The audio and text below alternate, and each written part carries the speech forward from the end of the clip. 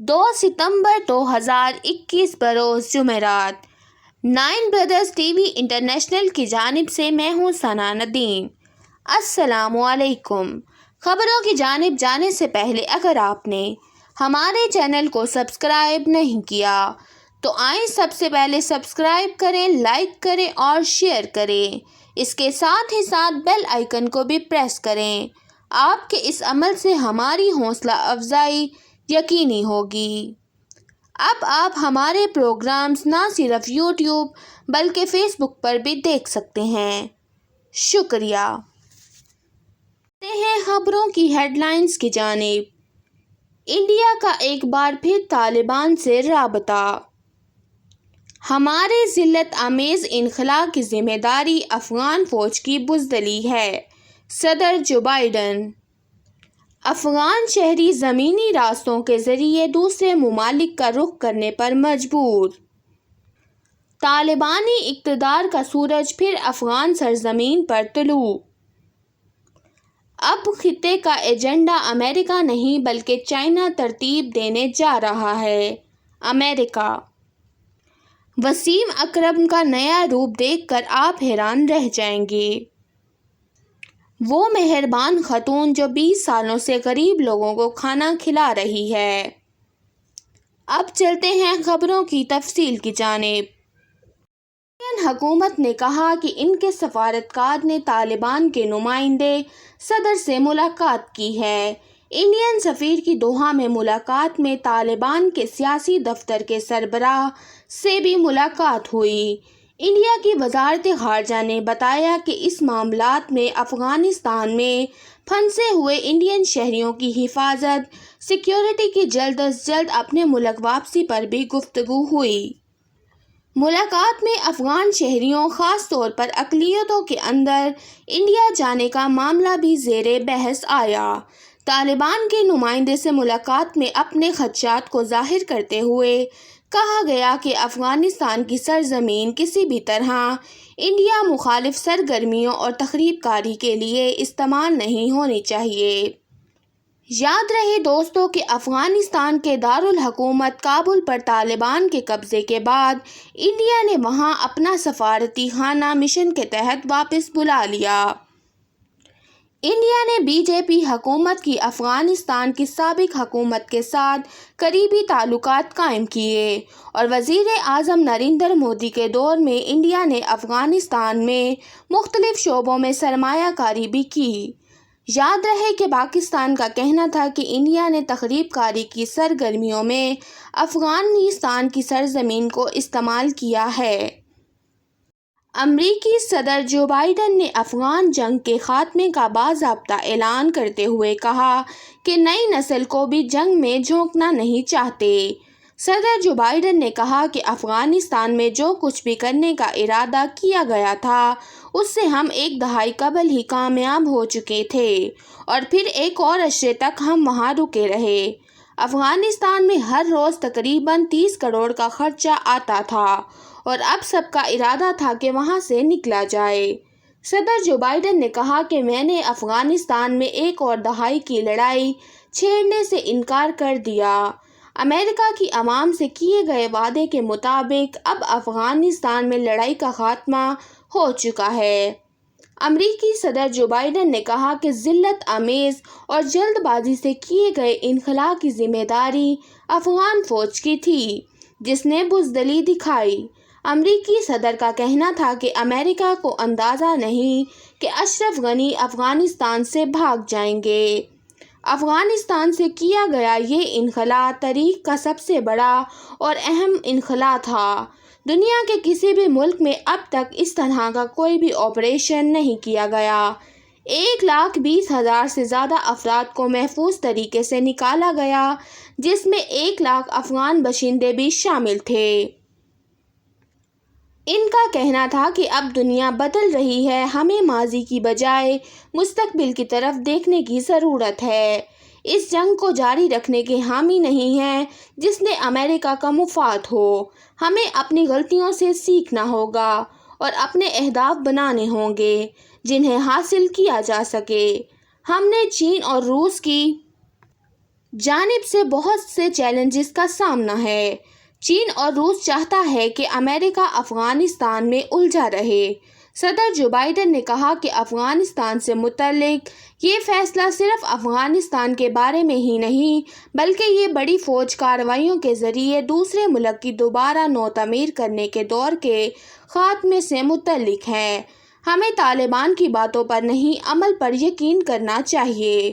اب امریکہ سفارتی ذرائع سے انسانی حقوق، خاص طور پر خواتین اور بچیوں کے حقوق کے متعلق آواز بلند کرتا رہے گا۔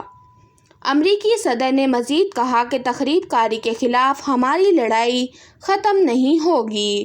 جو لوگ بھی امریکہ کو نقصان پہنچانا چاہتے ہیں، ان کے خلاف امریکہ بھی سکون سے نہیں بیٹھے گا۔ ہم انہیں کبھی معاف نہیں کریں گے اور نہ ہی کبھی چھوڑیں گے۔ ہم انہیں دنیا کے کسی بھی کونے سے ڈھونڈ نکالیں گے، لیکن اس کی قیمت ان کو ادا کرنا پڑے گی۔ امریکی آرمی کے طالبان کے افغانستان سے انخلا کے بعد کوئی کمرشل پرواز کابل ایئرپورٹ کا رخ نہیں کر رہی، جس کے بعد افغان زمینی راستوں کے ذریعے سرحدی ممالک کا رخ کرنے پر مجبور ہو چکے ہیں۔ کابل ایئرپورٹ پر نہ کوئی ایئر ٹریفک کنٹرول نظام فعال ہے اور نہ ہی شہریوں کے انخلا کے لیے مزید پروازوں کا بندوبست کیا گیا۔ ایئرپورٹ انتظامات چلانے کے حوالے سے طالبان کے قطر اور ترکی کے ساتھ جاری مذاکرات کو حتمی شکل اختیار کرنے میں کئی دن اور ہفتے بھی لگ سکتے ہیں۔ اکثر افغان شہری زمینی راستوں کے ذریعے پاکستانی وسطی ایشیائی ممالک کا رخ کر رہے ہیں۔ افغان شہری کا شمار بھی ایسے ہزاروں افراد میں ہوتا ہے جو امریکی آرمی کے ساتھ افغانستان میں کام کرتے رہے اور امریکی پاسپورٹ رکھتے ہیں۔ کئی دن تک امریکی سفارت خانے اور ای میل کے باوجود بھی کوئی جواب موصول نہیں ہوا۔ ایک دن ایک امریکی فوجی نے انہیں فون کر کے بتایا کہ وہ خصوصی پرواز کے ذریعے روانہ ہو سکتے ہیں، لیکن انہیں اپنی بچیوں کو چھوڑ کر جانا ہوگا جو امریکی شہری نہیں ہیں۔ حسین کی اہلیہ کورونا کے باعث جولائی میں فوت ہو گئی تھی۔ پیر کی رات کو حسین اپنی بچیوں سمیت کابل ایئرپورٹ کے باہر کھڑے تھے، جس کے آخری فوجی طیارے C-17 نے پرواز نہیں اڑائی تھی، جس کے بعد امریکہ نے 3 سالہ تسلط اپنے اختتام کو پہنچ گیا اور حسین اپنی بچیوں کے ساتھ کھڑے کا کھڑا رہ گیا۔ حسین نے بتایا کہ وہ فیصلہ نہیں کر پا رہے کہ وہ تاجکستان جائیں یا پاکستان۔ میں نے خبروں اور اپنے رشتہ داروں سے سنا ہے کہ ہزاروں کی تعداد میں افراد پاکستان کی سرزمین پر کھڑے ہیں، انتظار کر رہے ہیں کہ ان کو داخل ہونے کی اجازت دی جائے گی یا نہیں۔ ایک امریکی فوجی کا کہنا تھا کہ صرف زمینی راستوں سے ہی افغانستان سے نکلا جا سکتا ہے۔ اقوام متحدہ کا کہنا ہے کہ سال کے آخر تک 50 لاکھ افغان ملک چھوڑ کر جا سکتے ہیں۔ افغانستان میں سپر طاقتوں سے بنائی ہوئی ریت کی دیوار گر گئی اور 20 سال بعد بھی اس میں 46 ممالک پر مشتمل اتحاد افغانستان سے نکل گیا۔ طالبان کے اقتدار کا سورج ایک مرتبہ پھر افغان سرزمین پر طلوع ہو چکا ہے اور امید ہے کہ ایک نئی کرن پیدا ہو چکی ہے کہ افغانستان میں آئندہ چند روز میں نئی حکومت بن جائے گی۔ امریکہ کے ساتھ کھڑی دیوار یہ چند لمحوں میں زمین بوس ہو گئی۔ $3 ٹریلین سے تیار کردہ 3 لاکھ فوج عوام ملزم ہو گئی، کوئی نشانی نہیں چھوڑی۔ 20 سال میں 10 لاکھ افراد اپنی زندگی سے ہاتھ دھو بیٹھے۔ اس کی سزا میں پاکستان کو 86,000 افراد کی قربانیوں کی شکل میں بھگتنا پڑی۔ کابل ایئرپورٹ پر قبضے کے بعد غیر ملکی افواج اور شہریوں کا انخلا مسئلہ بن گیا۔ اس مسئلے کو بھی پاکستان نے سہارا دیا۔ 5 دن میں 430 فلائٹس غیر ملکیوں کو لے کر اسلام آباد جا پہنچی۔ 50,000 افراد اسلام آباد کے ہوٹلوں میں مقیم ہیں۔ عالمی سطح پر یہ خدشات ظاہر کیے جا رہے ہیں کہ کیا بے امنی کی وجہ سے افغانستان سے ایک مرتبہ پھر بڑی تعداد میں لوگوں کی نقل مکانی ہو سکتی ہے۔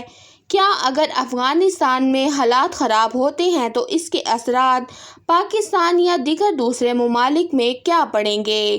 ماضی کی مثالیں سامنے ہیں جب روس کے افغانستان سے جانے کے بعد حالات کسی کے قابو میں نہیں رہے تھے۔ مجاہدین نے آپس میں لڑائیاں کی۔ ایسے حالات میں عام طور پر یہی کہا گیا کہ جانی نقصان زیادہ ہوتا ہے اور ملک بھی تباہ ہو جاتا ہے۔ امریکہ نے 2 دہائیوں تک افغانستان میں الجھے رہنے کے بعد اب چین کی جانب توجہ مرکوز کی ہے۔ اس کا حریف چین اولین ترجیح ہے۔ امریکہ نے چین پر الزام عائد کیا ہے کہ چینی اقدامات اصولوں پر مبنی بین الاقوامی نظام کے لیے خطرہ بنتے جا رہے ہیں۔ مشرقی ایشیا کی طرف امریکہ، روس، امریکہ اور اس کے شراکت داروں کے لیے نئے مواقع کھولے جائیں گے، جو امریکی انخلا اور روس کے لیے حوصلہ افزا نہیں ہیں۔ تجزیہ کاروں کا کہنا ہے کہ امریکہ کی کمزوریاں چین کو تائیوان اور روس کو یوکرین پر حملہ کرنے کی ترغیب دے سکتی ہیں۔ امریکی ایوان نمائندگان نے مسلح افواج کی کمیٹی کے سربراہ کا کہنا ہے کہ دوسرے مسائل ہیں جو چین روس کو سوچنے پر مجبور کرتے ہیں، وہ دنیا ان حصوں میں جارحانہ اقدامات کی صلاحیت رکھتے ہیں یا نہیں۔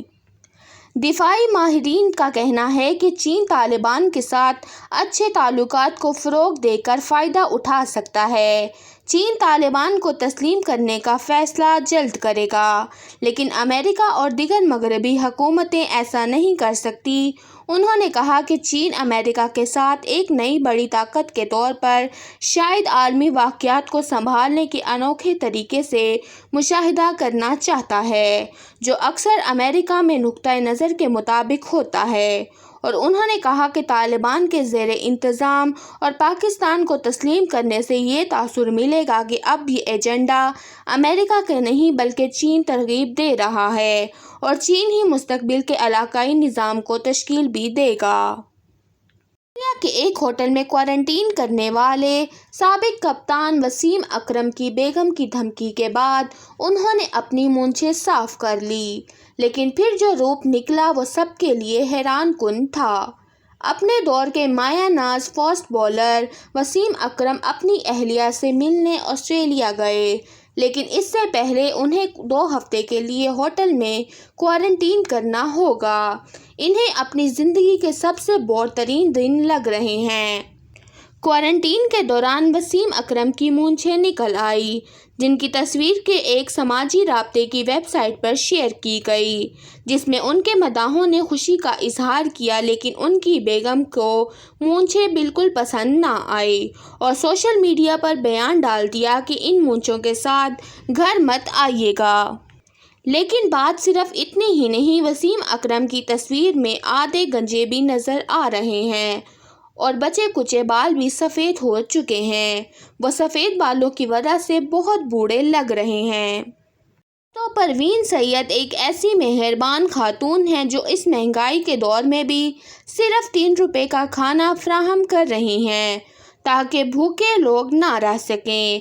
اس مہربان خاتون نے اس وقت فیصلہ کیا جب اس کے پڑوس میں رہنے والی ایک ماں نے اپنے بچوں کو بھوک کی وجہ سے جان سے مار دیا کہ وہ کھانا کھلانے کے قابل نہیں تھی، اور اب وہ روزانہ 1000 افراد کو کھانا کھلاتی ہے۔ وہ یہ عمل گزشتہ 20 سالوں سے جاری ہے۔ خاتون امیر خاتون نہیں اور نہ ہی قریب میں رہنے والے پڑوسی کی رشتہ دار تھی، سوائے انسانیت کے۔ اس وقت سے غم زدہ ہو کر اس نے فیصلہ کیا کہ وہ ان لوگوں کو کھانا کھلانا چاہیے جو غریب ہیں۔ پروین کہتی ہیں کہ میرا دل یہ ماننے کو تیار نہیں تھا کہ کوئی ماں ایسا بھی کر سکتی ہے، اور جب میں نے اس سے بات کی تو اس نے مجھے یہ بتایا کہ اگر تم میری جگہ ہوتی تو تم کیا کرتی۔ یہ سن کر میں نے فیصلہ کیا کہ مجھے کچھ کرنا چاہیے۔ اس وقت میں اپنے گھر میں کھانا کھلانے کا آغاز کیا، اور آج بھی 2 دہائیاں گزرنے کے بعد روزانہ کی بنیاد پر 1000 افراد کو کھانا کھلا رہی ہوں۔ اس خاتون نے کہا کہ مجھے اس وقت غریب ہونے کا احساس ہوا۔ ہمارے شہر میں غربت کی وجہ سے لوگ بھوک اور پیاس سے مر رہے ہیں اور کھانا کھانے سے بھی قاصر ہیں۔ یہاں کھانا مفت فراہم نہیں کیا جاتا بلکہ کھانے کے پیسے وصول کیے جاتے ہیں۔